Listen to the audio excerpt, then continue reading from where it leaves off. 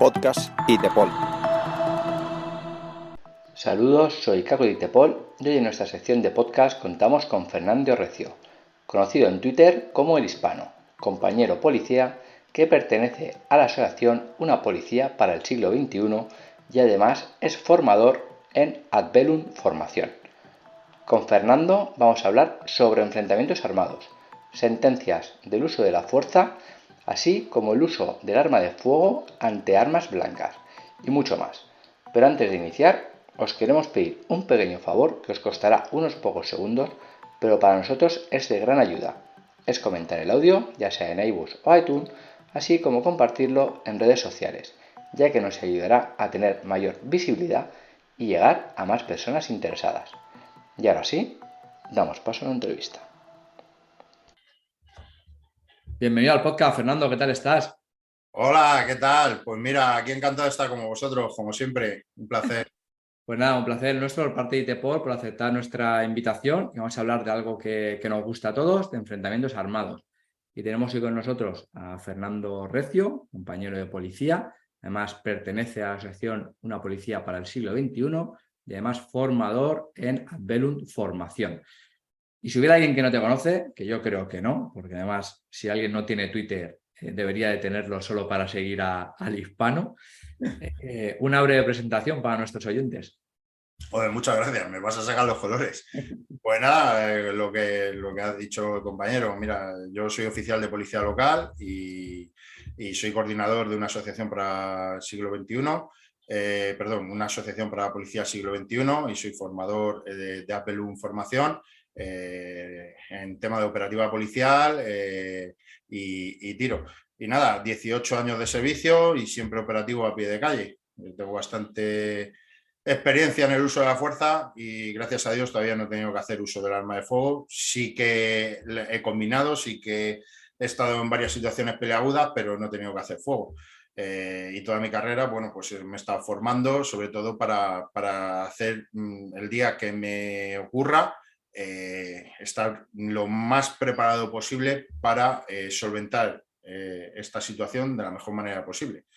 Así es que nada, 1000 cursos, 1000 formaciones y mucha experiencia operativa a pie de calle. Ese es mi bagaje.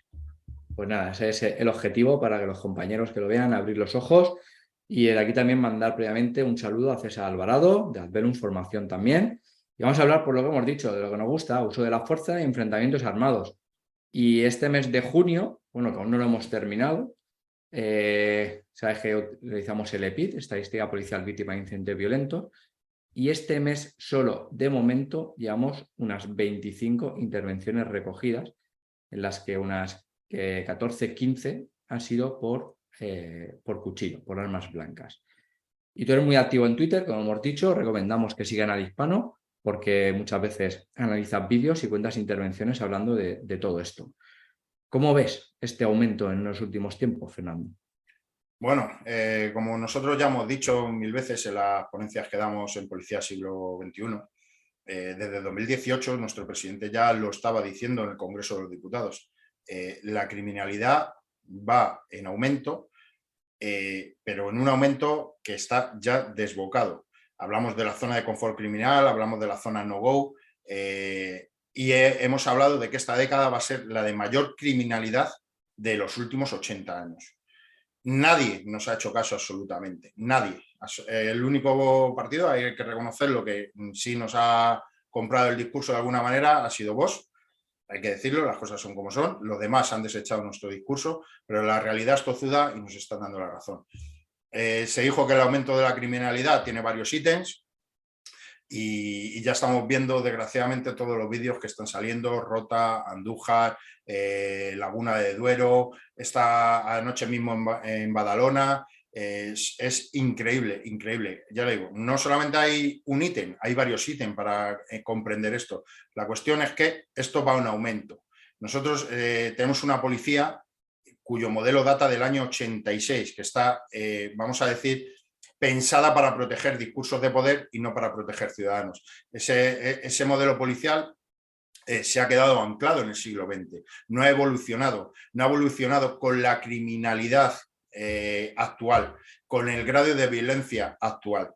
Nosotros, aparte, hay dos, vamos a entenderlo de dos maneras, o vamos a hablar de dos ítems principales. Primero son para justificar o para hablar de los enfrentamientos con personas con cuchillo en las cuales están enajenados, hay un incremento brutal de las enfermedades mentales, siendo uno de los problemas el consumo masivo de drogas, y luego el otro es personas que vienen de otros países, en la mayoría de ellos fallidos o de dictaduras, en el cual su relación con la violencia es mucho más estrecha que la nuestra. Esa relación con la violencia tan estrecha hace que ellos nos vean como más débiles. Ese uso de la violencia que tienen ellos en países fallidos, sobre todo en países africanos o en países hispanoamericanos, no es la que tenemos nosotros. Aquí nos han acostumbrado a que la paz, el buenismo, el infantilismo. Entonces, claro, estas personas ven a la policía de España, vamos a decir, no tan contundente o no tan predispuesta al uso de la fuerza, aunque tengamos el monopolio de la misma, ya que nos lo da la Constitución, pues lo que ha pasado en Badalona esta misma noche, ¿no? Unas personas de origen subsahariano haciendo frente y golpeando a 5 guardias urbanos, ¿no? Pues esa relación con la violencia y esas enfermedades mentales están haciendo que veamos cosas como la de Andújar, vuelvo a repetir, o como lo de Laguna de Duero, o como lo de Rota, o como tantos apuñalamientos, violaciones, uso del arma de fuego. El otro día 2 homicidios o 2 asesinatos más bien en Cataluña, degollar a un conductor de VTC en Fuengirola, etc. Entonces, ese aumento de la criminalidad, ya no solamente contra la policía, sino contra todos los ciudadanos, es básicamente, y en líneas muy generales, habría que estudiar más ítems, gracias a esto. Entonces, tenemos una tendencia complicada y que de no tomar medidas se va a salir del plano. Por mucho que intenten falsear estadísticas, por mucho que le intenten vender y hacer el truco del manco, comparar 2019 con 2022 o 2020 con 2021, las estadísticas engañan a quien quieran engañar. Los que estudiamos las estadísticas no nos engañan. Y además, lo que hablábamos antes del EPIC, bueno, todo el mundo sabe 2020-2021 el tema de la pandemia, menos gente en la calle. Sí que digamos que el aumento de agresiones a policías con armas, sobre todo con armas blancas, tenemos que decir, con armas de fuego sí que ha seguido la misma línea, pero armas blancas ha ido en aumento. Se paralizó, pero este año, el otro día la estuve contando, llevamos ya 80 agresiones a policías en 6 meses, cuando la media del EPIB está entre 90, 100 cada año. Y este año va a ser brutal. Ya has hablado del tema de Andújar, un compañero fallecido, una situación bastante dramática. Y lo que tú dices, tenemos que hacer hincapié y reforzar a los compañeros el uso de armas blancas. Y es lo que queremos hablar. ¿Cómo se debería llevar una intervención ante una persona que te está amenazando con un arma blanca?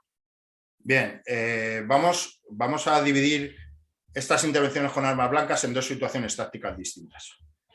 Una si acomete y otra si no acomete, ¿vale?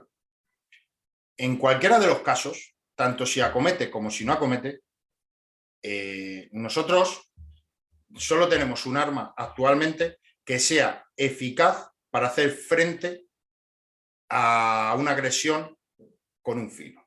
Ya tenemos varias sentencias que reconocen que en distancias cortas un arma de filo es igual de peligrosa que un arma de fuego, ¿vale? Además, nosotros no tenemos el deber de sacrificarnos. Con que solo nos den una puñalada ya hemos perdido. Bien, pues en las 2 situaciones tácticas que se nos preparan, que se nos pueden dar, si acomete y estamos en una distancia en la que por nuestra integridad física, el inminente riesgo hacia nuestra vida o la de terceros, no nos queda más remedio que hacer uso del arma de fuego. No puedes hacer frente a un tío con un filo o con un bastón extensible, ¿vale? Como falles un golpe, como no le incapacites en el primer golpe, te va a llegar. Si ya tenemos la regla de Tueles, la de los 21 pies, ¿vale? O 6,5 metros. Entonces, para abordar estas intervenciones, yo abogo por la siguiente doctrina. Si tenemos armas de letalidad reducida, siempre, si no acomete, cobertura con arma de fuego, hacer uso del dispositivo eléctrico de control o bien con los gases de alcance medio, ¿vale? Pero siempre con cobertura de arma de fuego. Si no tenemos esa cobertura de arma de fuego y el sujeto, se nos arranca y no estamos a más de 7 metros, les puedo asegurar, como ya estamos viendo en todos estos vídeos, que el tío nos llega. Y como tenga animus necandi, tenga el ánimo de lesionarte, como pasó en Andújar, te llega, te apuñala y te golpea con un martillo en la cabeza. En el caso de Laguna de Duero, a Dios gracias, este señor no tiene ese ánimo necandi. Si hubiera querido, se hubiera picado billete a 3 policías, hubiera dejado malherido a 3 policías o guardias civiles. Eso seguro. Bueno, pues esa parte táctica, ¿vale? En la que no acomete, si el tipo no acomete, como es el caso de Rota, que está quieto, en un momento dado está quieto, no hay ningún compañero con el arma de fuego cubriendo, no hacen one point, están todos rodeándolo. Aunque hubiera un compañero con el arma de fuego, si yo lo estoy encarando con mi arma de fuego y tengo a un compañero justamente detrás del sujeto, como pasa en Andújar, que se mete en la línea de tiro, me invalida el uso de mi arma de fuego, porque puede pasar, que luego enlazaremos con la munición, que pase el caso de Andújar, ¿vale? Entonces, ¿nos falta técnica? Claro, ¿alguien les ha explicado lo que es un one point y cómo se afronta esto? ¿De acuerdo? Entonces, bien, entiendo que tú, ante tu falta de pericia o falta de entrenamiento, no quieres hacer uso del arma de fuego porque te han metido tanto miedo en la academia, no conoces sentencias y no quieres hacer uso del arma de fuego, ¿vale? Bueno, pues tienes un escudo, bueno, pues haz un churro táctico, ¿vale? Y si entras, éntrale con todo. No podemos ver la imagen de Andújar o la imagen de Laguna de Duero, que va el del escudo por detrás y en vez de empotrarlo, cuando tiene la oportunidad y dejarlo allí, tirado en el suelo, va timoratamente, se le gira y echa a correr. O sea, no tienes recursos ni técnicos ni tácticos, ni tienes convicción ni tienes organización. Allí tiene que llegar alguien que organice, el que sea, el que más formación tenga, que organice, porque parece que eso es un ejército de Pancho Villa. Entonces esa parte de la formación escasea, ¿vale? Habrá que empezar a atender sobre este tipo de formación, este tipo de situaciones. Yo lo estoy intentando en el cuerpo al que pertenezco, por lo menos que conozcan las técnicas básicas y luego que se trabaje, ¿de acuerdo? Y luego la situación táctica de que el tío acomete, quiere quitarte la vida. Bueno, pues si quiere quitarte la vida, es un peligro inminente para tu vida. Tú le combinas, haces todos los pasos que nos dice una arcaica instrucción del 83, aunque ya hay muchas sentencias que dicen que no dispares al aire por la circunstancia de localización urbana, balcones y que todo lo que sube baja. Bien, si tú has conseguido, has mantenido esa distancia, le has combinado, te has identificado como policía, aunque estés perfectamente uniformado, le estás diciendo que le vas a disparar y ese tío aún así decide acometer y te come esa distancia, tú estás legitimado para hacer uso del arma de fuego. Porque hay otras sentencias que dicen que la policía no puede huir. La policía puede correr para articular una defensa apropiada, pero no puede dejar la zona ni abandonarla. Somos los garantes de la seguridad ciudadana y tenemos el monopolio del uso de la fuerza. Aquí hay sentencias que luego diremos que así no lo dicen. No podemos huir, no podemos abandonar la zona. Lo que sí que podemos hacer es, si te viene vamos a decir, una agresión la cual no esperabas, lo que puedes hacer es correr para poder extraer tu arma y hacer frente a la agresión, pero no correr para huir por miedo. O sea, nos hemos equivocado de trabajo, ¿vale? El miedo es normal, pero lo que tenemos que tener claro es que no podemos irnos y decir, bueno, pues ahí te quedas, ¿no? Entonces, dos situaciones, insisto. ¿Acomete o no acomete? Si no acomete, arma de letalidad reducida con cobertura de arma de fuego o técnica de reducción de personas violentas con escudo invertido o con el escudo que tengáis. Pero entrar con convicción, ¿vale? Si tienes arma de letalidad reducida, gases que tengan un alcance de 5 metros o más, cobertura, el número 1 con el arma de fuego, el número 2 con el gas, el número 3 con bastón extensible, combinar, hacer uso del gas o hacer uso del taser, que es efectivo, entrar a desarmar y reducir, engrilletar. ¿Que el tío tiene actitud homicida? Pues tienes dos opciones, correr o hacer frente a la agresión, ¿vale? Y como hemos dicho, cuanto más tiempo esté un tío activo con ánimos necandi, con ánimo de cometer un asesinato o de apuñalar a alguien, más tiempo vamos a darle oportunidad de que al final consiga su objetivo. Nosotros tenemos que tener claro que tenemos que informar, tenemos que combinar, tenemos que avisar. Esta instrucción de Secretaría de Estado del año 83, muy alejada de la actual realidad, gracias a Dios hay sentencias que ya dicen que lo de disparar al aire, pues hombre, dependiendo de las circunstancias y dependiendo de la inmediatez temporal, no se puede hacer, como en el caso de Puerta del Sol, lo dice claramente, por la inmediatez, por la situación, no se puede hacer un tiro al aire, o la última sentencia del 23 del señor de 70 años, que da, y lo de disparar a zonas no vitales, vamos a volver a eso luego si quieres, etc. Entonces, en estas dos situaciones, que me lío al final, que acomete arma de fuego, es que no tenemos otro medio menos lesivo para asegurar que no nos apuñale o que no nos quite la vida. Por mucho que quiera, y además que la proporcionalidad no es que si él saca un cuchillo yo tengo que sacar un cuchillo, si él saca un pico yo tengo que sacar un pico, estamos muy equivocados.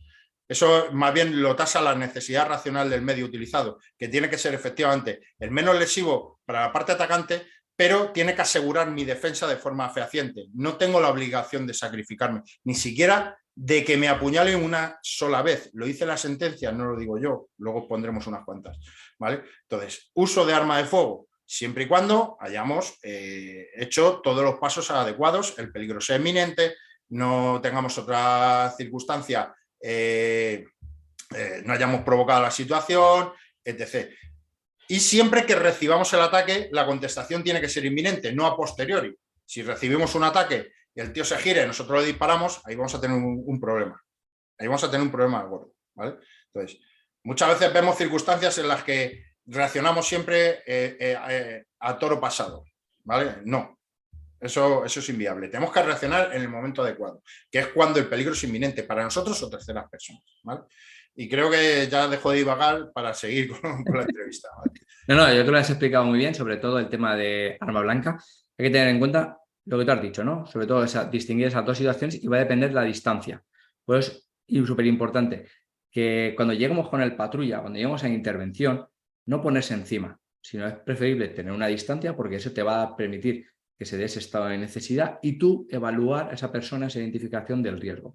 Y luego ya decidir en relación a la situación, porque muchas veces no podemos elegir. Muchas veces llegas a un domicilio, tú lo sabes, una reclamación vecinal, unas molestias, lo que sea, ¿y qué es lo que hay en una casa? Pues todo el mundo tiene cuchillos. Entonces, es importante también hacer hincapié a los compañeros lo que estabas hablando, el tema del escudo. Es importante, pues a lo mejor no lo lleves hasta la puerta, pero tenlo cerca por si pasa cualquier historia y no te pongas en la misma puerta a abrirla. Luego, de todo lo que has hablado, pues si hay algún compañero que no sabe lo que se te refieres cuando hablas del one point, ¿lo podrías explicar, Fernando? Sí, el one point, vamos, es una técnica que se utiliza contra personas armadas con filos o objetos contundentes, que como nos han enseñado en todas las academias, siempre nos han enseñado a triangular, teniendo de vértice la persona sospechosa y nosotros siendo los otros dos vértices del triángulo, ¿vale? Más o menos a 45 grados, 60 grados, dependiendo de las circunstancias, dependiendo de la vía, dependiendo de la estrechez del lugar donde se realiza la identificación. Bien. Después de visualizar muchos vídeos, después de analizar muchos vídeos, después de muchas formaciones, sobre todo los estadounidenses, que van por delante de nosotros 10, 15 años en lo policial, se han dado cuenta, y nosotros nos hemos dado cuenta, que yo me pongo de malo muchas veces para hacer esto y para que se den cuenta que no hay nada como verlo en tus propias carnes, aunque sea con un bastón extensible, haciendo de arma, si es un soft knife o un rotulador, la gente se va a dar cuenta igual. Cuando ven que triangulan y una persona está merodeando con un cuchillo, que acometo, que no acometo, y empiezo a, vamos a decir en un argot, a marear la perdiz, ¿vale? Nosotros tendemos a abrirnos, no tendemos a movernos al unísono. Entonces, ¿qué pasa? Que si no hago un one point, yo cuando fijo mi objetivo, yo que soy el malo, fijo un objetivo, les he comido la distancia. Yo posiblemente vaya a resultar muerto. Pero si me tiro a por uno de ellos, aunque sea por uno de ellos, ¿vale? Cuando me tiro por uno de ellos y estando triangulando, ¿qué le pasa al compañero? Pues ya lo digo yo, que se queda invalidado porque yo me pongo en la trayectoria de tiro y puede que me atraviese como pasó en Andújar, ¿vale? Y aún así, aunque mi actitud no sea la de acometer, sino la de huir, si yo atravieso Yo corro hacia la mitad del triángulo, yo soy el vértice y tenemos el triángulo y yo corro por el medio. ¿Qué nos pasa si nosotros pensamos que está cometiendo y voy a abrir fuego? Pues mirad dónde están los dos vértices y yo paso por el medio. Cruce de líneas de tiro. Pues el one point lo que viene a decir es que hagamos un churro. Mi binomio y yo juntos, uno de uno y otro por la derecha, o bien con arma de letalidad reducida o también con el arma de fuego, ¿vale? Y nos movemos al unísono, así evitamos que nos rompa la línea, que nos atraviese, que nosotros mismos seamos un peligro para la integridad del otro compañero, ¿de acuerdo? Eso es un one point, hacer un solo punto. Teníamos 2 puntos, one point, un solo punto, ¿vale? Y eso, pues como hemos dicho, arma de fuego, número 2 taser, yo protejo al del taser. Si acomete, yo tengo la obligación de hacer fuego. Si lleva gas grande, o lleva pepper ball o cualquier otra arma de letalidad reducida, detrás de mí. O si tiene que sacar el arma, los dos. Si el tío acomete hacia 2 personas armadas, se va a llevar el doble de impactos, ¿vale? Si no nos queda más remedio, porque recordemos, no podemos huir, no podemos correr. O sea, podemos correr para articular una defensa, ¿vale? Pero no podemos estar continuamente huyendo. Cuanto más huyamos los policías, aunque no nos vayamos de la zona, más tiempo transcurre en que ese tío está armado con un filo y más posibilidades hay, como pasó en Alcobendas, el famoso vídeo de Alcobendas, que pudo ser otro desastre brutal, pues que si te tiro tierra a los ojos, que si me caigo, que si pasa gente por allí. O sea, estamos provocando, al no atajar ese riesgo, ese riesgo abstracto, llega un momento que se convierte en un riesgo concreto, ¿vale? Entonces, algún día, algún policía le van a pedir cuentas por no haber actuado en tiempo y forma. Sobre todo cuando hay grabaciones, ¿vale? Que ahora todo en muchas intervenciones quedan grabadas, ¿no? Entonces, eso es el one point. El convertir la triangulación con el objetivo en un solo punto, para evitar que nos flanquee, para evitar que atraviese nuestra línea, ¿vale? Pues si yo me centro en una sola persona, yo voy, acometo, yo soy malo y te estoy estudiando, y estoy jujaneando, estoy para un lado, estoy para otro, voy hacia adelante, voy hacia atrás, consigo meter objetos entre vosotros y yo, en fin, no mantenéis la distancia de seguridad porque o bien os estáis centrando en el objetivo, estrés de combate, visión túnel, no es capaz de tener una conciencia situacional de la zona. Al final yo, que soy más malo que tú, o que tengo una intención pues eso, de acabar con la vida o un suicidio por policía o lo que sea, ¿vale? Al final me voy a acometer hacia uno, aunque no quiera matarte, voy a acometer hacia ti, pero tu compañero va a quedar invalidado, no va a poder protegerme. Y si va a quedar a protegerme, como hemos visto en muchos vídeos, se queda congelado, porque dice, hostia, no puedo hacer nada. Se queda congelado, se queda parado, porque en otros vídeos sí que he visto que el compañero de Estados Unidos ha ido y se ha acercado a distancia de camarota y le ha hecho ¡pum! En la cabeza. Pero el compañero que ha recibido la agresión ha perdido, porque se ha llevado 2 o 3 puñaladas, aunque el tío salga muerto. Y nosotros no tenemos la obligación de sacrificarnos. Es más, yo siempre le digo a todo el mundo, con una sola puñalada que te lleves ya has perdido. Ya no vuelves a casa con los mismos agujeros con los que has salido. Sí, además todo el mundo tiene que saber que la formación, o cuando hay un filo de por medio, alguna te vas a llevar sí o sí.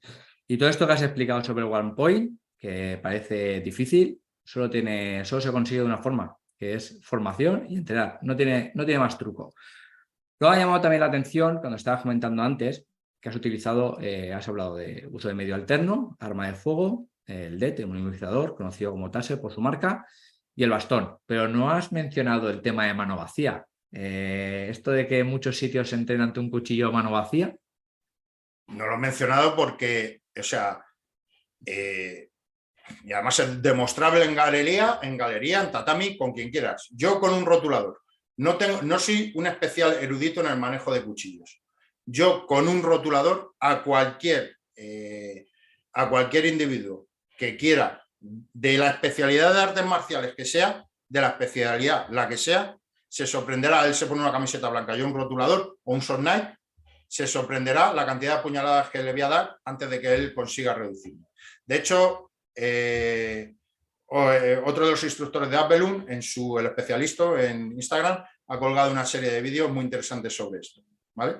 Sobre distintas Brazilian Jiu-Jitsu, kickboxing, karate, que se meten con una persona con un sonnai, con un rotulador, en un tatami, y sí, uno le coge one leg, le proyecta, le coge, escucha, ¿cuántas te has llevado? Vamos a contar, ¿vale?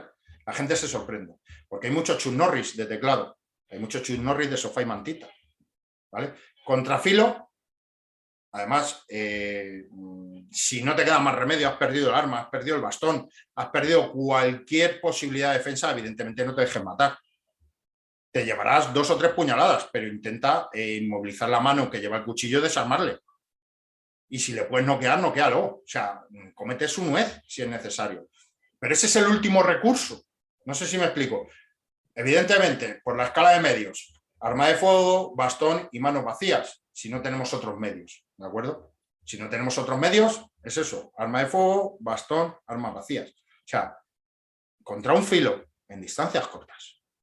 Como el tío, es que armas de fuego tú no sabes usar si no tienes un adiestramiento, pero un cuchillo, si desde pequeños estamos cortando carne, ¿vale?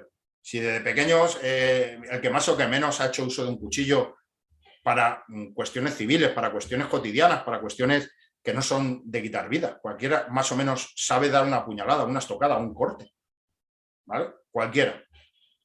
Cualquiera. Y además ha quedado bastante claro porque el tema de mano vacía, una cosa es que te sorprenda lo que hablábamos antes, en un domicilio te sale de una habitación una persona y tienes que tener algún tipo de reacción para intentar pararlo, coger esa distancia y ya proceder a otro medio. Y eso es lo que la gente se tiene que meter en la cabeza en el tema de la formación con este tipo de medios. Luego es importante, lo has comentado antes, el hacer el tiro cuando te sale y te gana, cuando poder hacer efectivo, también si no llevas cartucho en recámara y te va a complicar mucho la asistencia, y más si el filo te ha cortado. Entonces eso también tiene que hacerse hincapié. Y mira, por ejemplo, me está viniendo a la cabeza la intervención, imagino que la habrás visto reciente también, de los compañeros de Marbella, con una persona que lleva un arma blanca, a distancia le dan órdenes para que se vayan al suelo y entra uno con arma de fuego y el otro con el inmovilizador. Que esto es lo que realmente estaba comentando y esta intervención sale como debería de salir, ¿no? Entonces, ha generado mucha polémica el uso de la intervención de Andújar, de que se tenía que haber utilizado el taser sí o sí. Tiene que ser el taser sí o sí, siempre es la panacea, ¿no? ¿El taser qué opinas? Pues mira, ese es el problema que yo estoy viendo, que están vendiendo el taser como la panacea, están vendiendo el taser como algo muy, muy, muy efectivo. Bien. ¿Por qué digo esto? Porque la jurisprudencia te dice que necesitas usar la necesidad racional del medio, es que utilices el arma menos lesiva para la parte atacante y que sea capaz de que tú no sufras esas lesiones, ¿no? Entonces, si van a meter el taser como ese arma, a los policías vamos a perder en muchas ocasiones, ¿vale? Porque el taser tiene una cosa, el taser actual, el 7, quiero recordar, porque ahora ya está en estudio uno que tiene 4 disparos y que tiene un alcance efectivo de 10 metros, ¿vale? Tiene un problema, y es que tiene 2 émbolos, ¿vale? Cuanto más te alejes del blanco para hacer efectivo el disparo del taser, los émbolos tienden a caer. Y tenemos en cuenta que esos 2 émbolos tienen que estar impregnados en tu cuerpo, tienen que estar pinchados en tu cuerpo, ¿vale? Y es muy fácil que uno de los émbolos, sobre todo el de abajo, que caiga y no haga efecto, no cierre el circuito del taser, porque el taser es un dispositivo electrónico que tiene que cerrar el circuito para que ese voltaje circule, ese voltaje circule por ambos canales y cierre. Tu cuerpo es el que cierra el circuito y esa corriente tiene que correr por tu cuerpo, pero si el émbolo no cae, no queda prendido en tu cuerpo, o queda prendido, llevas 3 prendas de ropa, como pasó en Pozuelo de Alarcón, en Villalba, sí, en Villalba, no hace mucho, los compañeros de policía local, con un enajenado, otra vez que se nos apareció la Virgen, dispararon el taser, el hombre llevaba 3 pantalones, no cerró circuito y el sujeto le tiró el cuchillo al compañero. Se lo tiró. En vez de acometer, se lo tiró. Le salió así, ¿vale? No le dio con el cuchillo, pero si acomete, está muerto porque no tenía cobertura de arma de fuego y él mismo se cerró contra la pared y unas sillas, ¿vale? El taser falla. Tengo 1000 vídeos en Twitter donde demuestro que el taser falla. Y si no es por el compañero que está cubriendo con arma de fuego, le pica billete o le deja mal herido, ¿vale? ¿El taser es una buena herramienta? Por supuesto. Es un arma intermedia entre el bastón y la pistola, pero no la panacea. Cuando un tío acomete decididamente hacia nosotros, hay que tener en cuenta que el taser, el actual, tiene un alcance efectivo de 7 metros. Pero ese alcance efectivo de 7 metros, tenemos que prender las 2 agujitas en el cuerpo, ¿vale?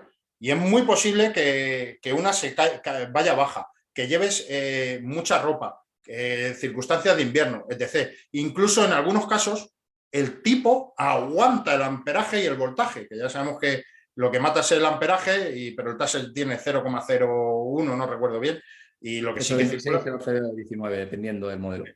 Y lo que circula es el voltaje, ¿no? Y han aguantado ese voltaje, han conseguido quitarse las líneas y han seguido acometiendo. Tengo varios vídeos sobre eso. Entonces, el taser está muy bien, como he dicho antes, si el tipo no acomete, nos da esa facilidad de aproximarnos o bien por la espalda, o bien por un lado, haciendo un one point con cobertura del compañero, porque encima lo óptimo para dar con el taser, como bien sabrás, es la espalda. Es la espalda. Es la mejor zona, ¿vale? Ahora, hay que cogerle la espalda al tipo y nos tenemos que acercar lo suficiente para no fallar el taser, ¿vale? Si no acomete, me parece muy bien el uso del taser, pero como acometas solo tienes un disparo. Como falles, te va a comer los metros vistos y no vistos. Si es que ahí lo tenéis en Andújar. En Andújar la intervención va mal desde el principio porque se paran al lado del tipo.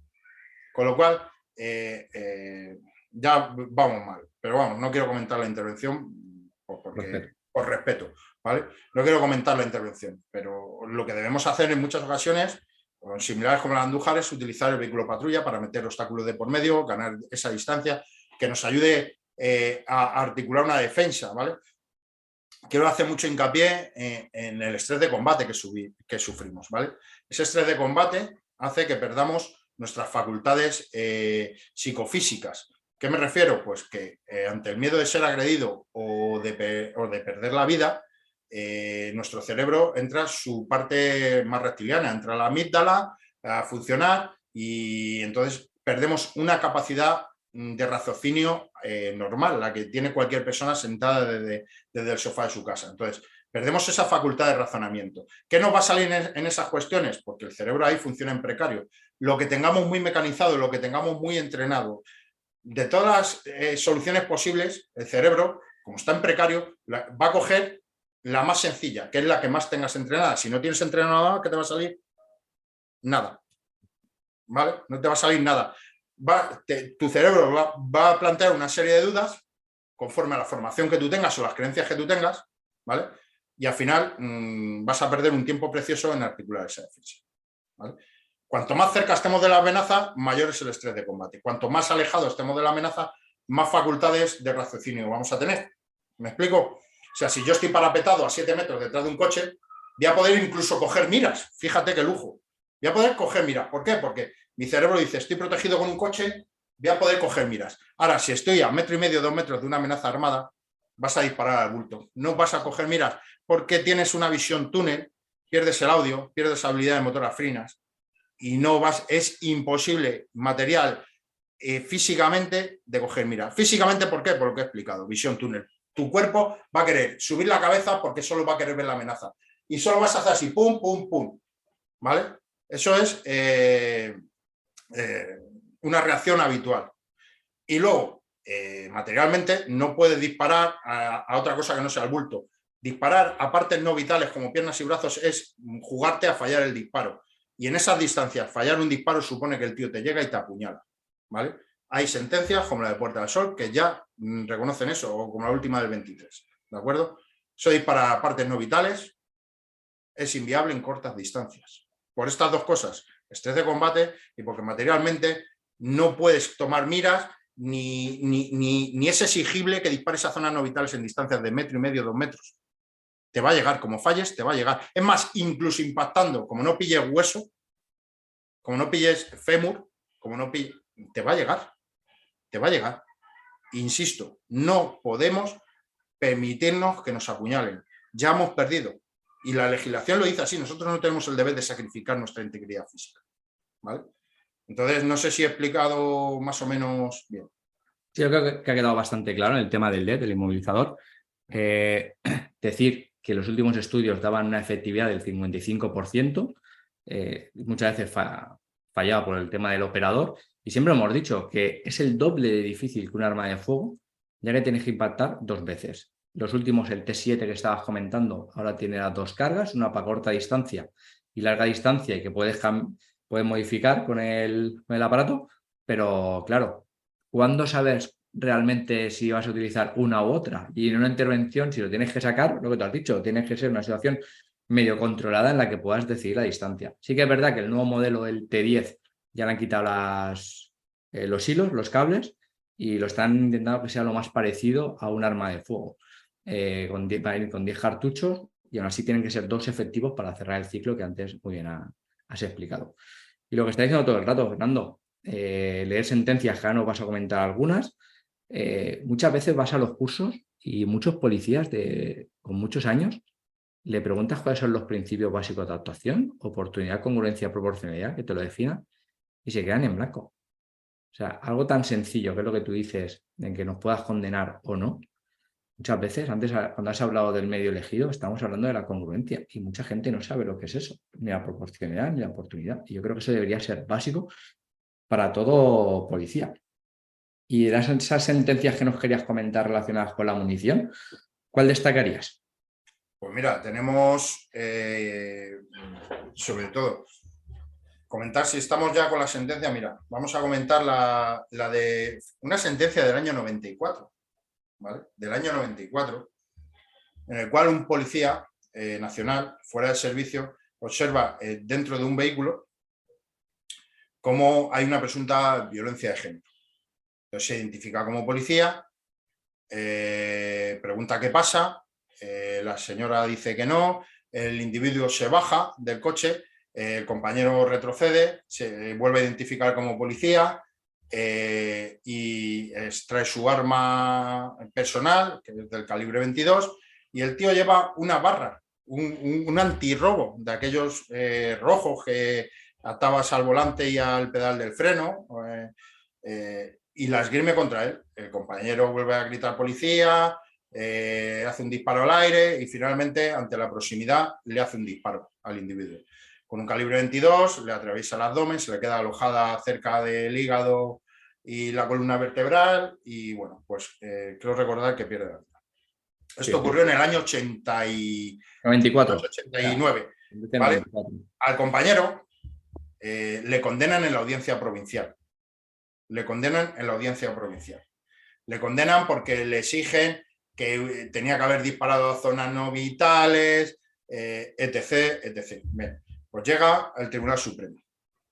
Llega al Tribunal Supremo, tengo aquí la sentencia para que los compañeros que quieran leerla, es la 6011/94, cuyo ponente es el señor Justo Carrero Ramos, ¿vale? Ese es el ponente. En esa sentencia, y volvemos, una barra de hierro metálica, ¿vale?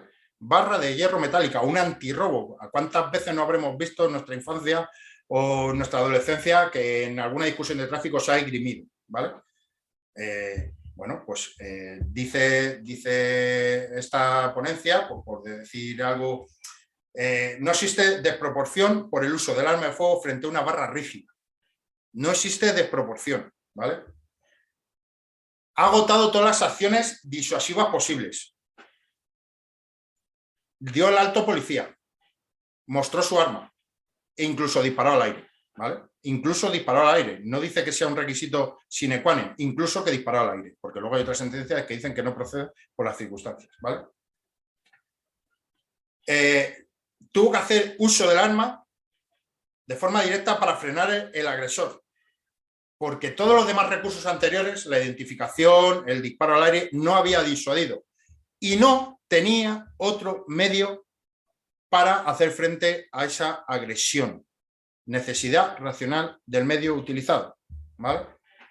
No puede exigirse al policía, ojo, que abandone el lugar y rehuya su obligación.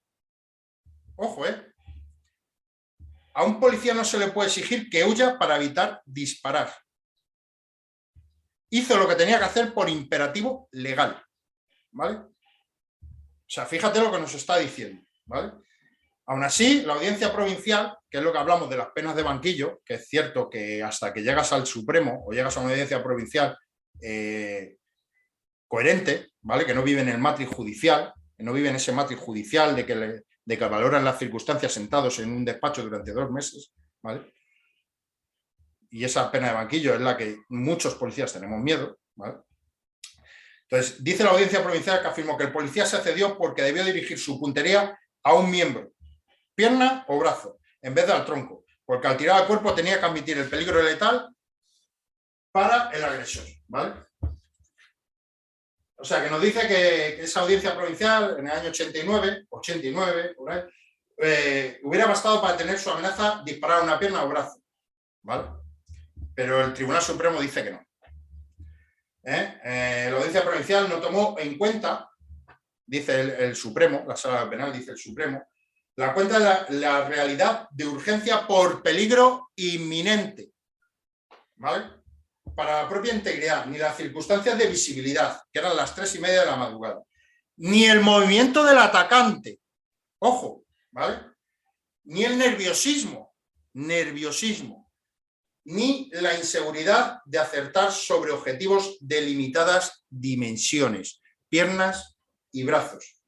De haberse errado el disparo a la extremidad o de haber sido ineficaz, el funcionario hubiera sido finalmente golpeado. Brutal esta sentencia. Del año 94. Del año 94 en España, muy pocos conocerían lo que es el estrés de combate, ¿vale? Nadie lo conocía, pero este juez utiliza el sentido común y habla de nerviosismo, ¿vale? Lo que estamos hablando del nerviosismo al final es el estrés de combate. La amígdala funcionando en precario, ese miedo a perder la vida, ese miedo a ser golpeado, a tu integridad física. Fíjate, aplica el matrix judicial, pero con sentido común. Aplica una situación real, porque es que el problema de la justicia española es que va muy por detrás de la ciencia. O sea, va muy por detrás de la ciencia y no nos damos cuenta que estamos condenando a personas o estamos sometiendo a pena de banquillo a personas que por su reacción psicofísica han tenido esa reacción.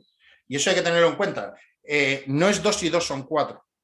No son matemáticas, ¿vale? No son matemáticas. Entonces, el matrix judicial es eso. Esto es así, así. ¿Por qué? Porque y no tienes en cuenta la distancia y el estrés de combate. En esta sentencia del año 94 no habla de estrés de combate, pero habla de nerviosismo. Y habla de una cosa muy lógica y de sentido común. La audiencia provincial, según el Tribunal Supremo, no tiene en cuenta ni el movimiento del atacante, ni el nerviosismo, ni la inseguridad de acertar sobre objetivos de limitadas dimensiones, piernas y brazos. De haberse errado el disparo a la extremidad o de haber sido ineficaz, el funcionario hubiera sido finalmente golpeado. ¿A cuántos policías de este país le han entrenado con una silueta completa? ¿A cuántos? ¿A cuántos? ¿Por qué disparamos al tórax? Porque disparamos a la zona más grande del cuerpo. Porque si a 2 metros eres capaz de 4 disparos fallar 3 o fallar 2, ¿vale? ¿De acuerdo? Si disparamos a piernas, ¿cuánto sería el rango de fallo? ¿El 100%? Más amplio seguro. ¿Me entiendes? Vamos a ser francos, la mayoría de disparos que van bajos en enfrentamientos armados no es porque hayas apuntado a zonas no vitales, es porque tú tienes hiperextendido el arma a la altura de tu cara, pero ante el estrés de combate, ese miedo, ¿sabes lo que hace instintivamente tu cabeza? ¿Qué le molesta? Para mirar la agresión, ¿qué le molesta? Tu arma. Instintivamente o subes la cabeza, subiendo la cabeza instintivamente bajas el arma o bajas directamente el arma. Cuando hace fuego ese disparo, ¿dónde va a ir? Bajo. En muchas de las ocasiones va a la cadera o va a la parte alta de la pierna, al fémur a la parte alta, o va a la pelvis o va al bajo abdomen. Pero no es porque hayamos apuntado. vamos a ser realistas, no es porque hayamos apuntado a zonas no vitales, es porque el tiro se te ha ido bajo por estrés de combate, porque te molesta tu cabeza, que está en tu arma alineada con tu vista, te molesta, el cerebro sube la cabeza o baja el arma para que tu cerebro lo único que quiere ver es la amenaza. Eso está constatado por Ernesto Pérez Vera, por Grossman y por cientos de estudiosos de estas cosas, ¿vale? No son tiros a zonas no vitales.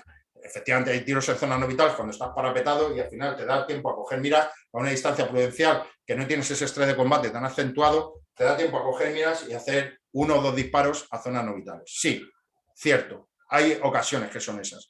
Pero las de distancias cortas, las de distancia de 0 a 7 metros, no nos engañemos. Son disparos que se van bajo bien por anticipación del disparo o por el estrés físico de combate, o sea, por el estrés psicofísico de combate, que hemos bajado el arma para ver la amenaza. Punto. No nos engañemos, ¿vale? Bueno, pues tenemos esta sentencia del año 94 emitida por el Tribunal Supremo, ¿vale? No, es que la Audiencia Provincial no crea jurisprudencia, ¿vale? Pero el Tribunal Supremo sí, ¿no? Estamos hablando que valida una actuación contra un antirrobo, ¿vale? Con un arma de fuego. No, es que no, ahora todavía tenemos que seguir escuchando, no, es que no es proporcional ante un filo el uso del arma de fuego. Coño, si os estoy dando una sentencia del año 94, de algo juzgado en el 89, con un arma de fuego, ¿vale? Una barra de hierro, arma de fuego. Y además, este ponente dice, es que insisto en esto, quiero insistir, ¿vale? Ni el movimiento del atacante, o sea que la Audiencia Provincial no tiene en cuenta ni el movimiento del atacante, ni el nerviosismo, ni la inseguridad de acertar sobre objetivos de limitadas dimensiones, piernas y brazos, porque de haber cerrado el disparo a la extremidad o de haber sido ineficaz, lo que he dicho antes, que te puede atravesar sin tocar hueso, de haber sido ineficaz, el funcionario hubiera sido finalmente golpeado. Estamos hablando en distancias cortas, ¿vale? Entonces el juez absolvió, ¿vale? Creyó que no es racionalmente exigible al amenazado, como no es tampoco afirmable tan rotundamente que un policía tenga que estar en tales circunstancias tan seguro de su puntería ni tan rápido de elegir su opción y pasar a la acción decidida con resultado eficaz y moderado. ¿Vale? Tal vez sea mucho pedir. No se reflexiona lo mismo en frío que en tensión y con el natural temor a sufrir la contundencia agresora en caso de error. Estrés de combate. Ya en el año 94, un magistrado del Tribunal Supremo nos hablaba de lo que hoy llamamos estrés de combate, ¿vale? Y vuelvo a leer, no se reflexiona lo mismo en frío que en tensión y con el natural temor a sufrir la contundencia agresora en caso de error. Ojo, importantísimo esta sentencia, ¿vale? Importantísimo. Con lo cual, si nosotros hacemos un uso racional y correcto de nuestro arma, porque un estado de necesidad nos ha llevado a ello, no está provocado, la agresión es inminente, no tenemos un medio menos lesivo para hacer frente a esa agresión. Ya se cataloga una barra de hierro, que es proporcional el uso del arma de fuego, ¿vale? Y luego la proporcionalidad de la defensa, que no es la proporcionalidad en medio, la proporcionalidad de la defensa, que es otro de los requisitos que nos exige la siguiente legítima defensa, es que eso es otra cosa que tienen que estudiar los jueces. En una situación de estrés de combate, te dicen que si con un disparo incapacitas no hagas 2, 3 o 4. Bien, eso en 3 metros, en 1,5 metros, explíqueme usted a mí cómo paro de disparar hasta batir. Si yo no sé si el primero le hace efecto o no le hace efecto. Si es que es tan inminente, es tan cercano el ataque que tengo que disparar hasta acabar con la amenaza, hasta que se neutralice. Ahora, si tú me dices, no, es que a 10 metros le metí un tiro y se ha caído, pues efectivamente no le vacíes el cargador, porque sí que estarías cometiendo un error en la proporcionalidad de la defensa, ¿vale? Pero aquí este señor, en cortas distancias, en el año 94, insisto, nos lo dice bien claro, ¿vale? ¿Y con esto qué quiero enlazar? Pues muy sencillo. Este señor ya en el año 94, ponente del Tribunal Supremo, Sala Segunda de lo Penal, nos habla del temor a sufrir la contundencia agresora en caso de error. ¿Por qué? No es lo mismo razonar en frío que en tensión y con el temor natural a sufrir una agresión. Bien, pues esto ya lo unimos con la última del 23, que aunque... Déjame que haga un apunte, Fernando, por favor. Sobre esta sentencia, y ya que has hablado de Ernesto, él ya la comentó, está comentada en su blog de Tiro Táctico, es muy, muy ilustrativa y la verdad es que está bien y recomendable que la sigan. Y lo que estabas diciendo es muy interesante, ¿no? Porque muchas veces la gente en las formaciones, cuando les hablas de cuchillo, pues a lo mejor muchos lo tienen claro, pero cuando sacas la barra de hierro, ahí la gente duda, ¿no? Y es una sentencia del año 94 que en todas las academias se debería de exponer para este tipo de dudas. Y está bastante bien. Y luego, por finalizar, zonas no vitales. Podemos disparar zona de abajo, pero si le das en el fémur y le quitas la femoral, ya es una zona vital o no vital, ¿vale? Entonces, eso que decías de que los jueces lo tienen que saber, eso es importante. Y muchas veces nosotros mismos, las academias, los policías, nos echamos piedras, porque cuando va un juez, van fiscales a ver las instalaciones y casualmente pasan por la galería de tiro, casualmente también, ¿quién es el que está haciendo las prácticas de tiro? El mejor tirador de esa academia. Y luego la judicatura se cree que todos los policías son iguales. Y eso es un problema que tenemos que corregir y hacerles ver de que eso no es así.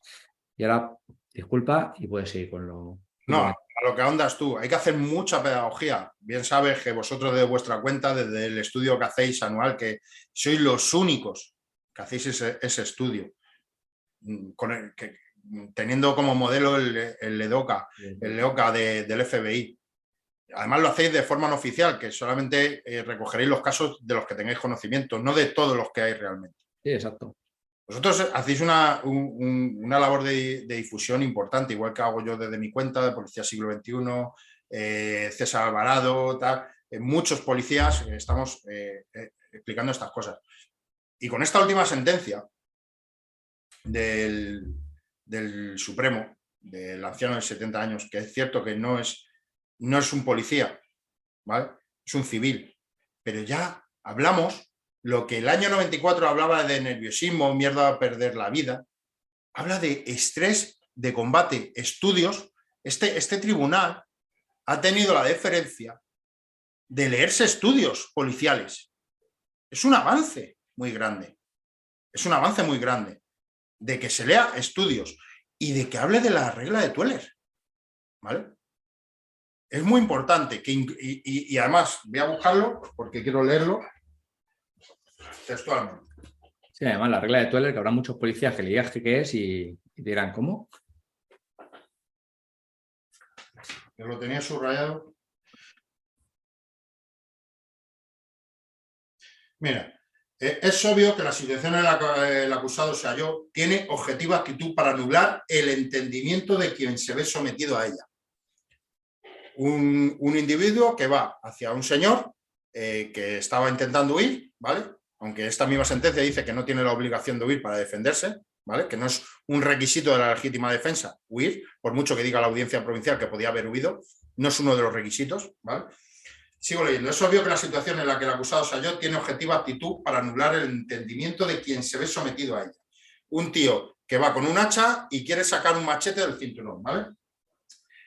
De quien así atacado observa que su vida está en serio e inmediato peligro.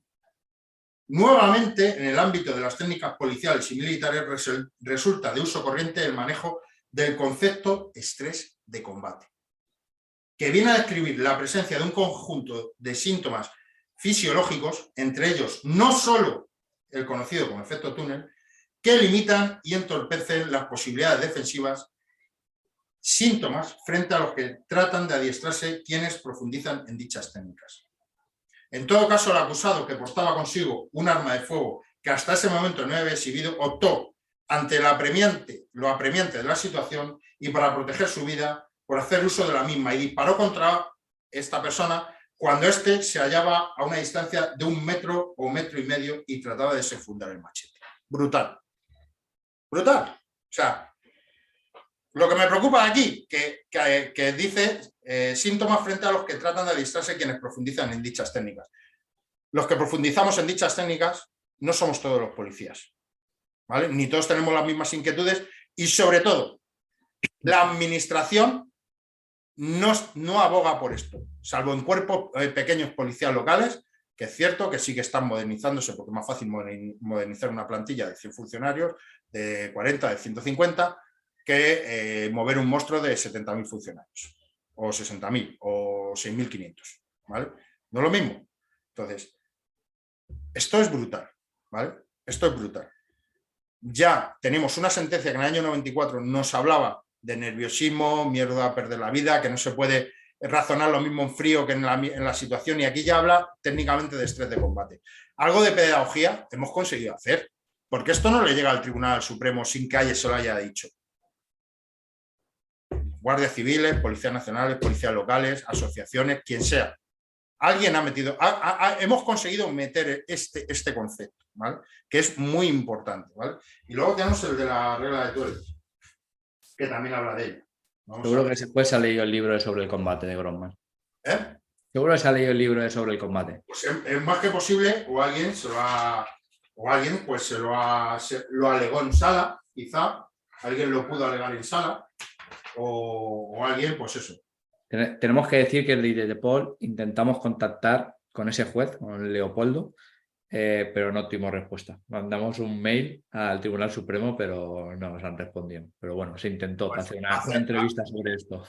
Hacéis una labor encomiable, de verdad que si yo sigo hace bastante tiempo que me leo vuestras estadísticas y a partir de ahí muchos de los que nos preocupa esto cogemos conceptos, sobre todo en distancia de enfrentamiento, horas y servicios.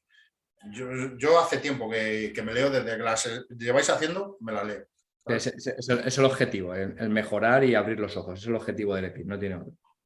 Yo tengo la suerte ahora de ser formador de mi plantilla y lo transmito, ¿vale? Ojalá todos hiciéramos lo mismo, ¿vale? O a los que quieren y no pueden, les autorizaran para hacerlo. Pero bueno, leo. En cualquier caso, ni siquiera esa mera comparación entre las distintas armas en concurso resulta tan simple como pudiera parecer a primera vista. Es muy cierto, desde luego, que un impacto de bala con carácter general, y hablas con carácter general, aunque no indefectiblemente, puede resultar más lesivo que una cuchillada. Ambos golpes recibidos en el mismo lugar del cuerpo, ¿vale? Nos viene a decir que quizá es más peligroso un disparo que una puñalada, dependiendo, con carácter general, si se reciben en el mismo punto del cuerpo, ¿vale? Y sin duda alguna el alcance ofensivo del arma de fuego es mayor, lógicamente. Un arma de fuego te da mucho más rango de distancia que un cuchillo. El cuchillo es eficaz en distancia de contacto, ¿no? Eso no tiene ningún misterio. Sin embargo, no es preciso imbuirse en manuales relativos a las técnicas de combate o en los que se cuidan de abordar las intervenciones policiales para comprender que un arma punzante a corta distancia de la víctima, incluso aun cuando ésta disponga de un arma de fuego ya cargada y lista para disparar, o sea, los que no llevan cartucho en recámara que se santigüen, ¿vale? Comporta una situación de riesgo grave para la vida, ¿vale? Sin que, si quien la aporta está decidido a emplearla en el ataque, el animus necandi, ¿vale? De hecho, la recomendación que encontramos en ambas clases de estudios, lejos de aconsejar encarar al agresor con arma de fuego, pasa por tratar de imponer entre el agresor y el atacante una distancia de seguridad suficiente. Se maneja en este contexto la llamada regla de Tuerz, en recuerdo al sargento norteamericano que la enunció, o sea, que están letrados en esto, o sea, saben de lo que están hablando, o de los 21 pies, 6,4 metros, lo especifica la sentencia, ¿eh?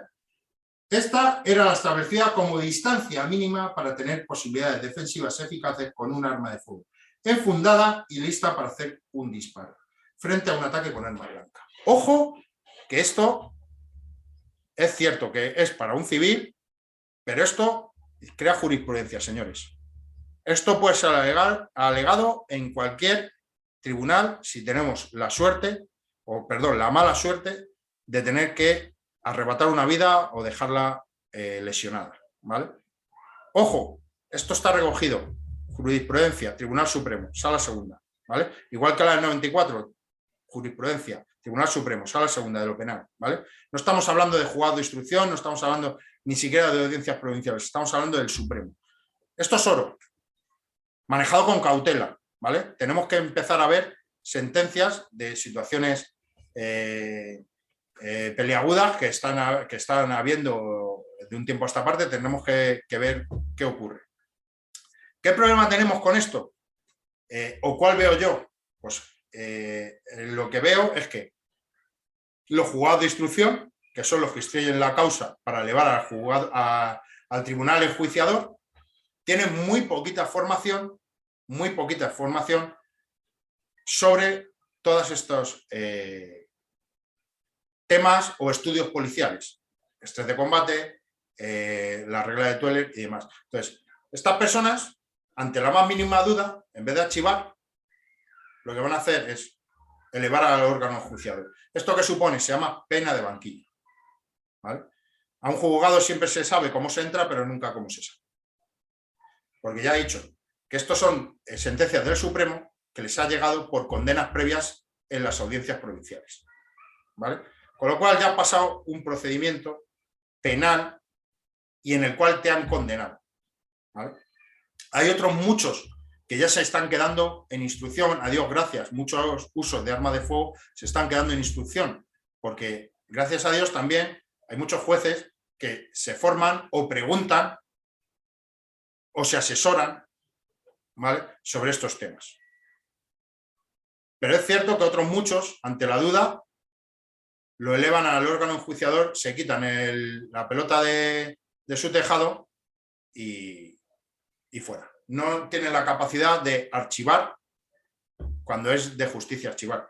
Y dirán muchos, bueno, pero los jueces sabrán más que tú de esto. Bueno, pues los jueces tendrían que saber mucho de muchas cosas, porque los juzgados de instrucción llevan civil, penal, llevan muchas materias y no tienen por qué conocer de todas las materias. Pero sí que es cierto que cuando te toca uno de estos, deberías intentar formarte en la materia y saber de lo que estamos hablando y contemplar estas cosas. Bueno, pero ellos sabrán la jurisprudencia del Tribunal Supremo. No, señores, no la saben. No se la saben. No se la saben porque son cientos de sentencias que se tendrían que estudiar los jueces.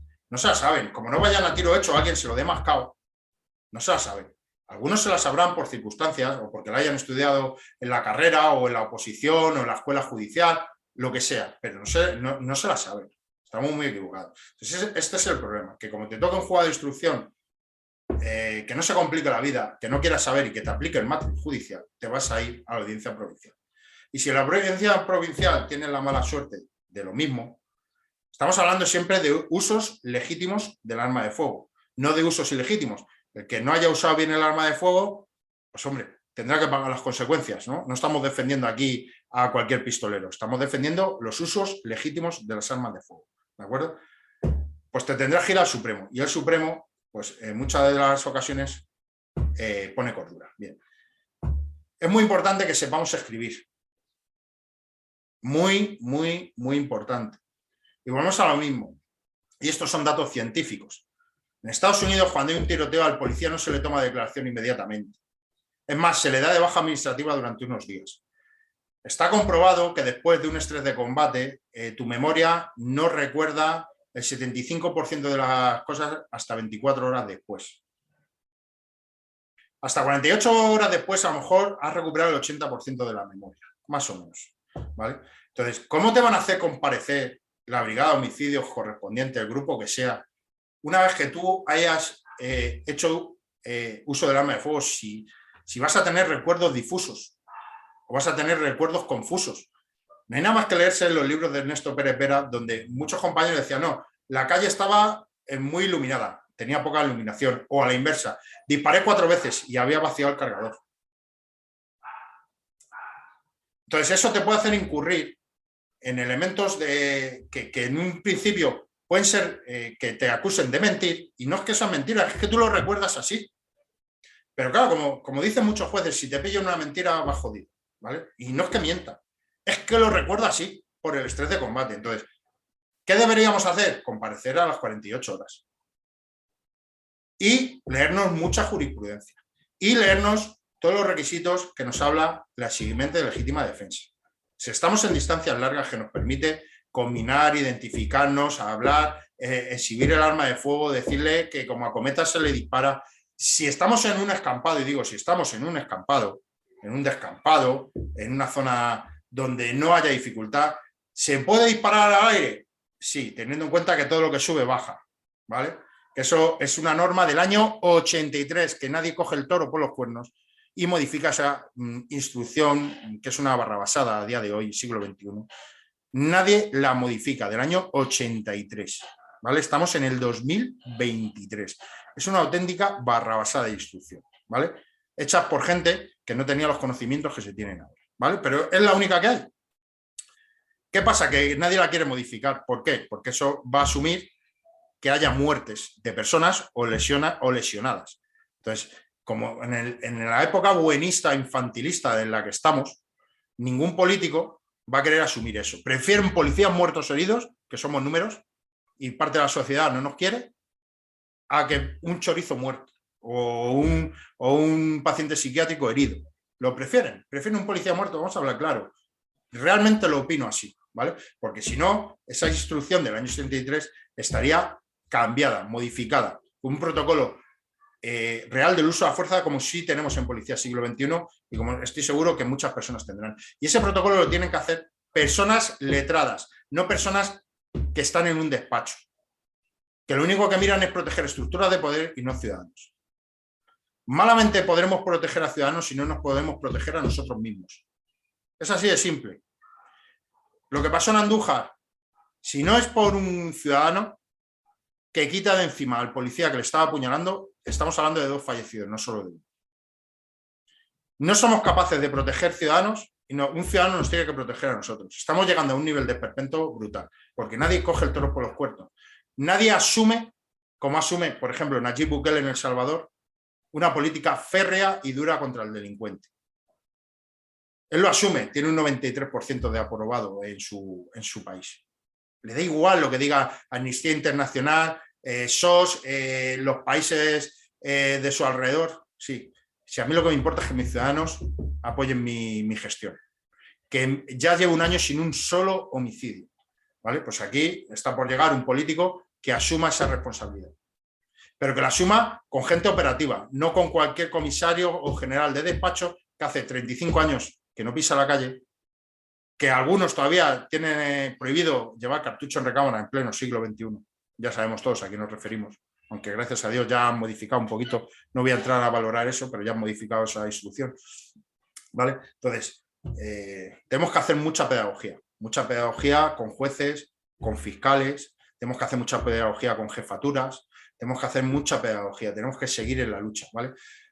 Pero tenemos un modelo policial anclado en el siglo XX y no ha evolucionado. Por eso tenemos la criminalidad que tenemos. ¿La criminalidad evoluciona? Evidentemente. ¿La policía ha evolucionado? Muy poco. Muy poco. ¿Los juzgados van por detrás de la ciencia? Evidentemente. Esta sentencia que Grimo es muy importante, pero es un inicio. Es un inicio. Hay que continuar en esto y tenemos que recoger más sentencias que aleguen esto. Esta sentencia, Fernando, que has comentado, tanto la del 94 como la reciente, la pondremos en notas para aquellos compañeros que las quieran leer. Un par de apuntes. Lo que has comentado, recientemente los compañeros de la intervención de Villaverde, que tuvieron que neutralizar al agresor, aquel con el cuchillo, que sale publicado en el documental de quién protege a los que nos protegen, recomendable desde aquí, ¿no? Esas agresiones que ha habido a policías. Los compañeros lo dicen, ¿no? Que en un primer momento el fiscal les quiere acusar, pero el juez es el que archiva la causa, ya que no ve indicios de delito. En un primer momento les querían meter un homicidio. Sobre el tema que decías de leer jurisprudencia, yo me acuerdo de uno de tu stick, yo te sigo mucho, que decías que si querías saber escribir, que te dejaras de Código Penal, Derecho Procesal, y que te leyeras jurisprudencia, porque es lo que interpretan los jueces y cómo ellos lo quieren. Y por último, cuando hablabas del tema de las intervenciones, una intervención de actuar tras un tiroteo y demás, de las 48 horas ir a declarar, y después, como bien sabes, tenemos la guía de actuación tras tiroteo policial o situación de crisis, y ahí todo eso viene reflejado, ¿no? El previo, el post y luego también importante que se olvida al policía esa situación emocional de cómo llevarlo, ¿vale? Entonces también es recomendable todo lo que estabas diciendo. Y me gustaría hablar también, ya que hablabas del tema de munición anteriormente, es muy importante el tema de la munición para evitar situaciones de sobrepenetración, que ya hemos tenido bastantes en España, seguro que nos vas a hablar de la Puerta del Sol, y la de Andújar pues también hubo, ¿no? Puedes hacer impactos, si te puede ir un disparo, que en la galería eso también se intenta evitar, pero claro, cuando te haces un tiro efectivo y hay una sobrepenetración y le da un tercero, eso es lo complicado. ¿Qué opinas ahí al respecto? Vale, decir que yo me he leído vuestro decálogo y es muy bueno, muy bueno. Recomiendo a todo el mundo que le eche un ojo, es muy bueno. Vuestra labor está siendo encomiable, vamos, por eso tenemos esta sinergia entre asociaciones, pues porque vamos en la misma línea y no importa quién, lo que importa es que el mensaje llegue, ¿no? Exacto. ¿Vale? Entonces, el tema sobre penetración, voy a hablar de 3 sentencias. Voy a hablar de la Puerta del Sol, ¿vale? Puerta del Sol, todos sabemos, fue la Puerta del Sol, Policía Municipal de Madrid, una persona que quería un suicidio boicot, un suicidio por policía, en el cual el tío arremete con un cuchillo de 10 centímetros contra el agente de Policía Municipal. El agente de Policía Municipal lleva munición semi-blindada. Vamos a recordar, semi-blindada tiene un comportamiento balístico prácticamente idéntico a una full metal jacket, a una munición encamisada, ¿vale? Eso se compacta, se endurece y atraviesa, si no toca huesos, atraviesa 2 cuerpos humanos tranquilamente. Bien. Pues en la sentencia, en el caso de la Puerta del Sol, el compañero, entre 1,5 metros y 2 metros, además la sentencia hace referencia a eso, los 3 impactos alcanzan su blanco, alcanzan el tórax, ¿vale? Alcanzan 2 el tórax, un brazo, no recuerdo exactamente muy bien, ¿vale? Uno de ellos abandona el cuerpo, pega contra una esquina y una esquirla queda alojada en el ojo de un viandante, que también, por supuesto, quiere denunciar a la policía. Aquí todo el mundo ve dólar, ve pasta, ¿vale? En muchas de las ocasiones son los propios familiares los que llaman al policía, termina muy mal el asunto y encima denuncian a los policías. Bueno, ¿por qué ocurre esto? Porque culturalmente hablando, usamos una munición, aparte de barata, es que no se quiere causar mayor lesión a la persona que ataca. Porque claro, yo he escuchado, no es que, y además organismos como la ICAE, como las intervenciones de armas, el reglamento de armas que data del año 93, aunque está modificado y demás, prohíbe la munición de punta expansiva a punta hueca. Claro, pero también en el mismo reglamento pone que quedan excluidas de ese cumplimiento la Fuerza de Cuerpo de Seguridad y militares. Solo faltaba que el reglamento de armas le dijera que a los militares que no pueden tener munición trazadora, o munición expansiva o munición penetrante o lo que sea, ¿no? Bueno, pues a nosotros todavía las ICAE, el ICAE, las intervenciones de armas nos prohíben o nos quieren prohibir que llevemos munición expansiva, porque claro, políticamente, claro, es que es una munición que mata. No, claro, vamos a ver, que no se busca matar, que es que tú antes has dado una clave, que ningún policía busca quitar la vida a nadie, que no estamos preparados psicológicamente para quitar la vida a nadie. ¿Cómo te preparas para quitar la vida a alguien? Si tú estás para salvar vidas, no para quitarlas, ¿vale? Pero lo que conseguimos con una munición de punta expansiva es evitar segundas víctimas. Y eso es lo que no entiende la gente. Vamos a ver, si yo para incapacitar a una persona con una munición blindada, una semiblindada, cuyo comportamiento ya digo que es igual tocando un cuerpo, se puede ver en gelatina balística. Yo con una punta blindada, que es de uso habitual o semiblindada, tengo que realizar 5 disparos para incapacitar a una persona. Porque para incapacitar a una persona realmente, o sea, desconectarla automáticamente, o le das a la cabeza o le das a la columna vertebral. Incluso impactando en zona de masas y con agrupación de disparos, ¿vale? Puedes tardar 1, 2, 3 segundos en caer por pérdida masiva de sangre, ¿vale? Y todo eso si consigues agrupar disparos, cosa que en estrés de combate es harto difícil, ¿vale? Lo normal es que tengas un impacto en la parte superior, en la parte inferior, porque no sujetas bien el arma, y tengas una payera en el tórax, ¿vale? Y a lo mejor ningún proyectil blindado ha tocado ningún órgano o ha tocado ninguna zona incapacitante, lo que va a hacer que la amenaza continúe. Sin embargo, si tú tienes una munición expansiva, cuyo comportamiento es según toca el cuerpo, una zona blanda, esa munición se abre para que las personas que nos están escuchando y no entiendan o no sepan lo que es, se abre como una flor, ¿vale? El proyectil se abre como una flor. Esa cavidad temporal que realiza el proyectil va a ser mucho más grande y es más posible que incapacite antes a la amenaza que con la munición blindada. Y además, esa apertura lo que hace es de efecto paracaídas, va frenando la fuerza del proyectil, la frena tu propio cuerpo, es como un paracaídas, la frena. ¿Qué evita eso? Esa sobrepenetración, que atraviese tu cuerpo y que quede alojada en una tercera persona, una cuarta persona, o que un rebote de esa munición se aloje en el ojo del señor de la Puerta del Sol, ¿vale?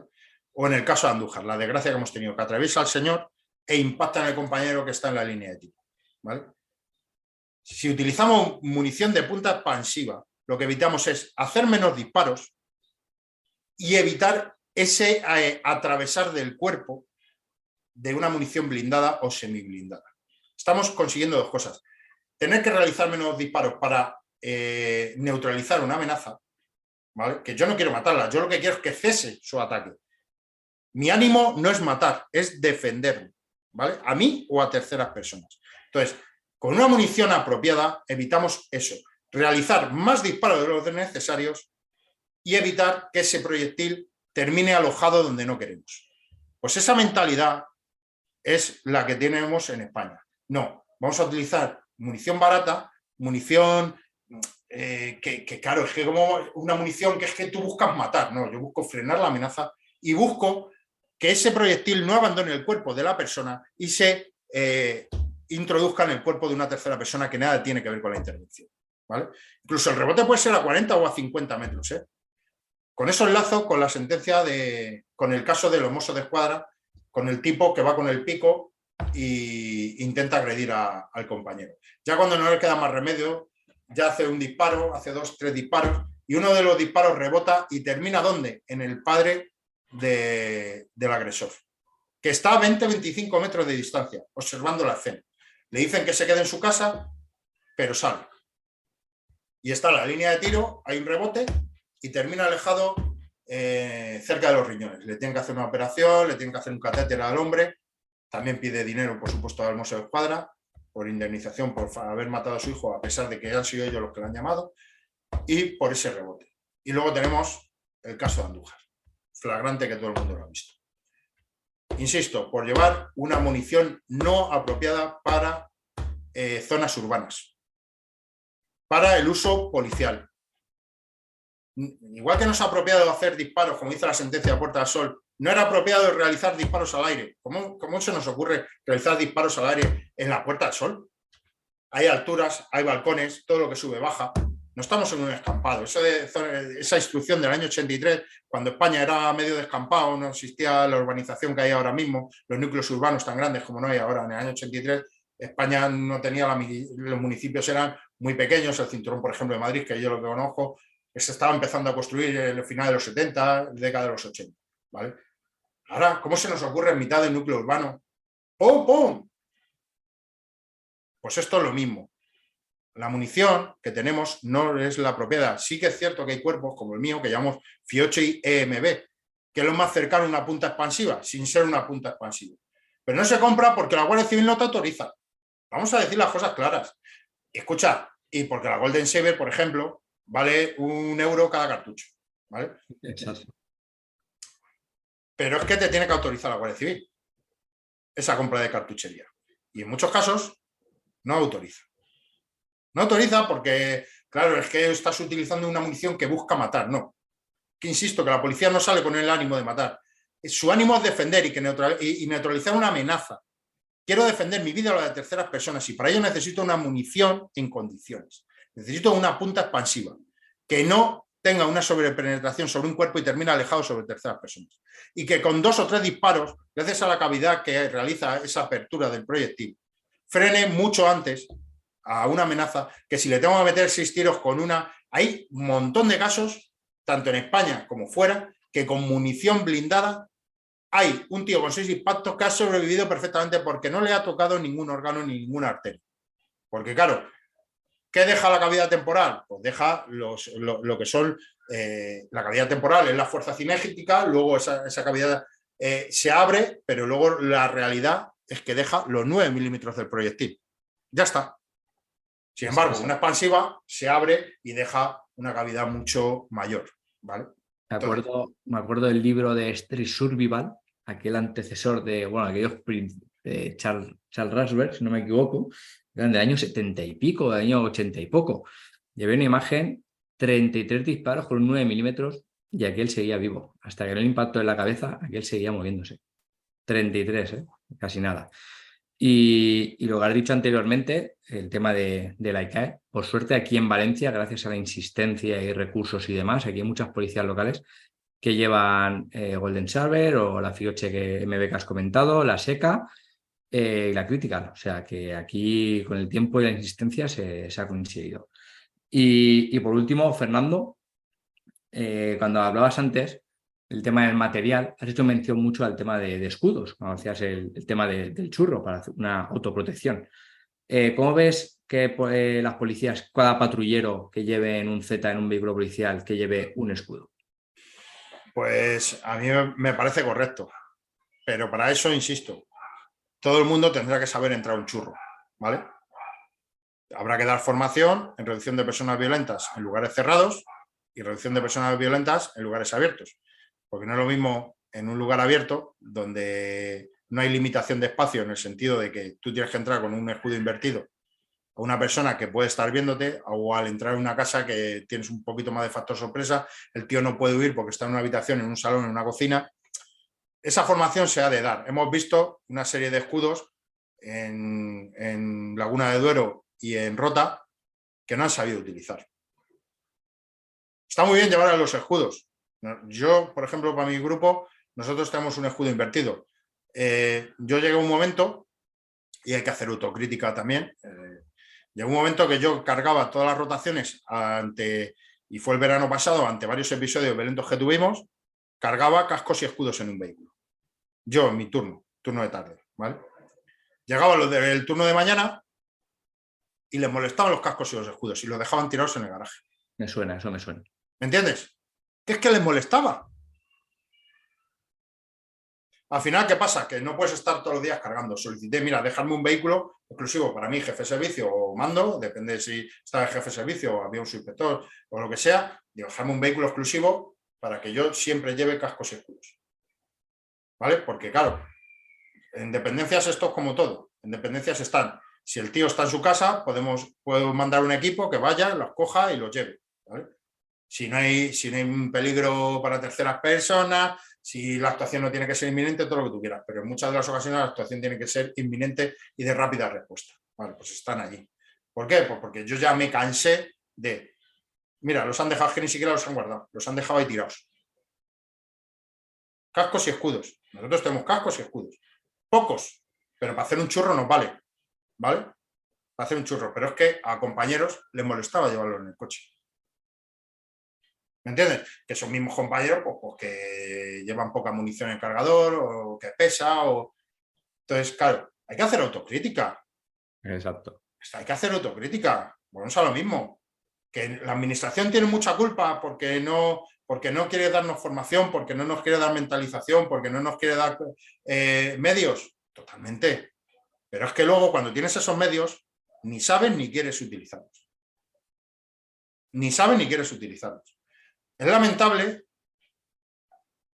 y esto es caso, o sea, yo te hablo de mí, que he conseguido modernizar el tiro de mi cuerpo, que estaba anclado allá en los 80, ¿vale?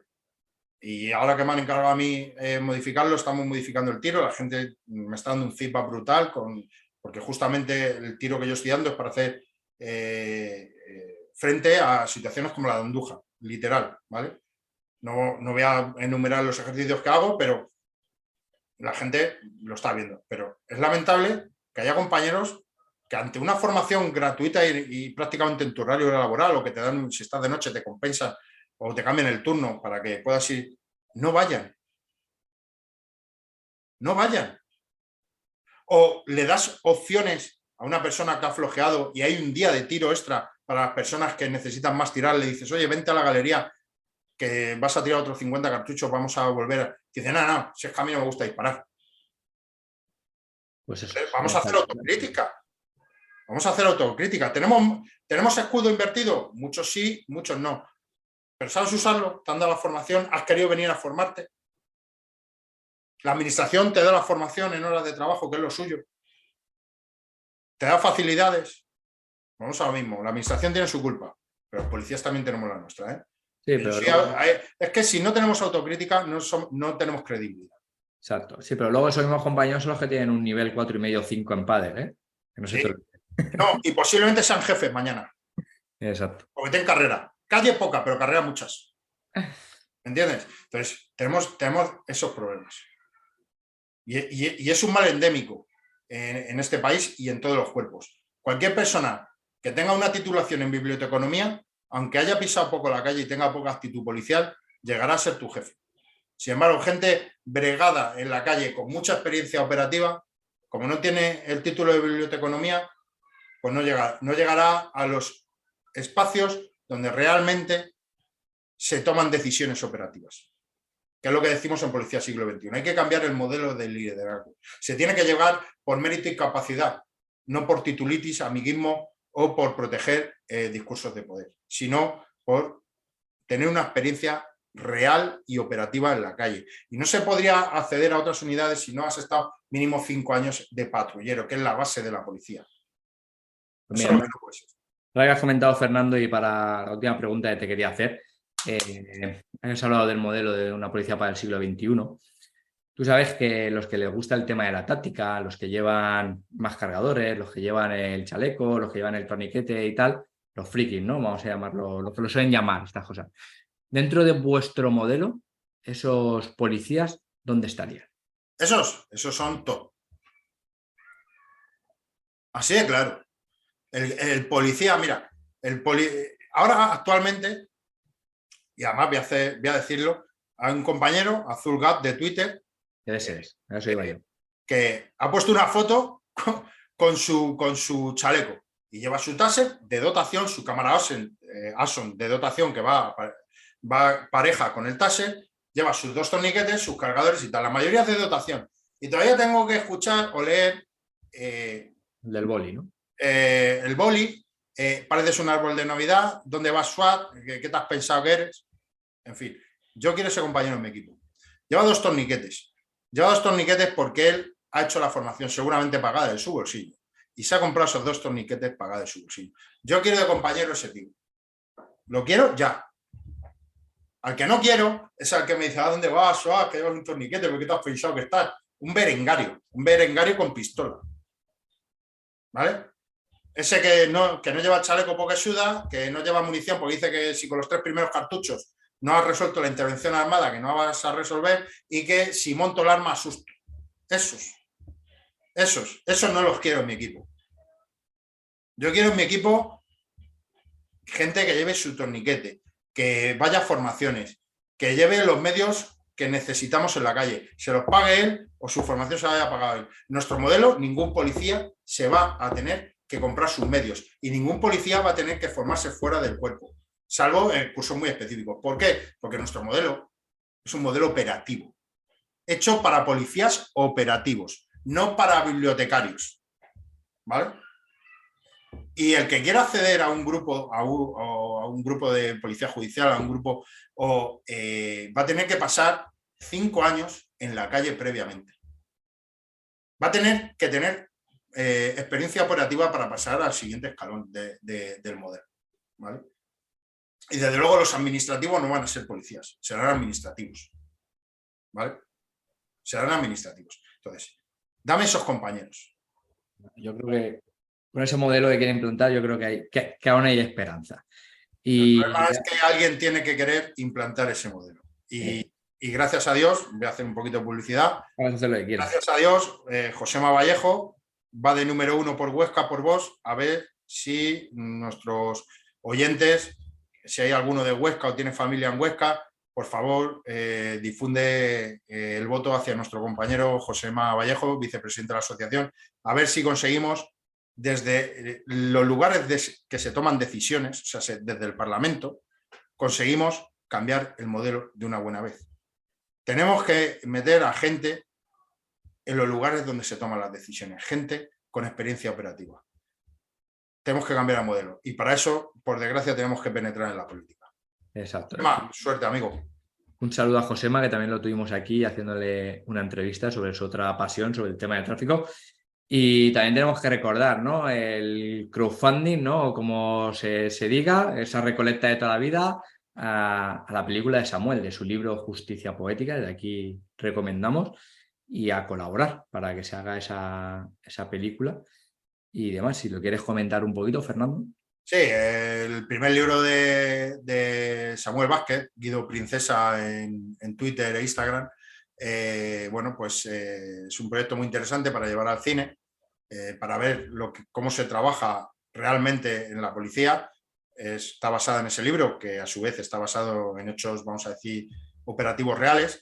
Y claro, en este país el problema es que las subvenciones en el cine van muy dirigidas a personas con cierta ideología o a hacer cierto tipo de cine. Entonces, al no recibir ninguna subvención para realizar esta película, hemos planteado hacer un crowdfunding, o como se diga, como tú bien dices, para intentar financiar la realización de esa película. Entonces, en las redes sociales de la Asociación Una Policía para el Siglo XXI, Guido Princesa, el Hispano 77, Josema Vallejo y demás, pueden contactar y ver el crowdfunding.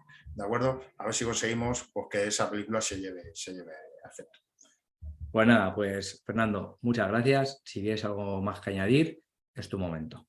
Pues nada, yo solamente digo que hay que cambiar el modelo. Vamos a intentar hacerlo de Policía Siglo XXI penetrando las instituciones, pero hasta que ese momento pase, o sea, hasta que lleguemos a ese punto de poder influir para cambiar el modelo, hay que exigir los que se puedan a nuestros cuerpos modificar los entrenamientos, la formación, y si no, tenemos que entrenar por nuestra cuenta, ¿vale? Tendremos que buscar la opción formativa que estimemos. Fíjate, yo puedo vender AppBelum, que es donde yo formo, la gente, AppBelum Formación, nosotros damos todo tipo de cursos, ITPOL, nosotros en Madrid, vosotros en la Comunidad Valenciana. Hay una inmensa oferta formativa.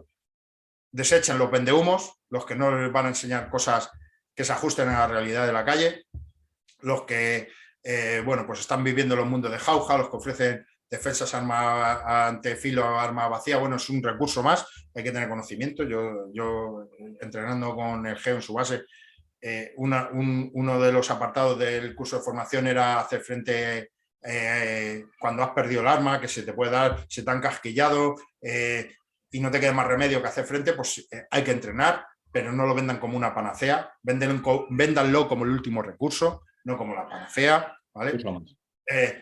Todo este tipo de cosas, ya tienen un catálogo importante, ustedes vean, comparen, evidentemente, y váyanse a formar donde ustedes consideren más apropiado. Ya digo, nosotros en la Comunidad de Madrid con AppBelum es un proyecto que estamos empezando ahora, muy bonito, la gente está saliendo encantada de los cursos que estamos dando, vosotros ITPOL dais una formación brutal. Vamos, yo la recomiendo porque veo vuestros contenidos, porque tenemos relación, porque tenemos sinergia. Que elijan dónde formarse, pero fórmense. La calle va a ir a peor. La criminalidad va en un ascenso imparable y esta década va a ser la de mayor criminalidad desde hace 80 años. Escuchen bien estas palabras. O alguien coge las riendas de este asunto o muy mal se nos va a dar. Insisto, si no podemos proteger a los ciudadanos ni a nosotros mismos, esta sociedad se va al garete. Alguien tiene que tomar medidas. Y mientras tanto, nosotros mismos tenemos que confiar en nuestra formación, en nuestro buen hacer y tenemos que imponer nuestra autoridad. Cada día está la cosa peor, de verdad lo digo. O sea, nosotros somos estudiosos, no nos inventamos nada, no tenemos una bolita mágica. Simplemente comparamos modelos. Vean Francia, vean Noruega, vean Bélgica, vean Italia, cómo estaba Italia y ahora ven cómo está España, ¿vale? Valoren ustedes. Un placer estar con vosotros. Igualmente, Fernando, un placer de parte de toda la asociación y ánimo a Samuel, a Josema y que vaya todo bien. Así que un saludo fuerte. Muchas gracias, muchas gracias.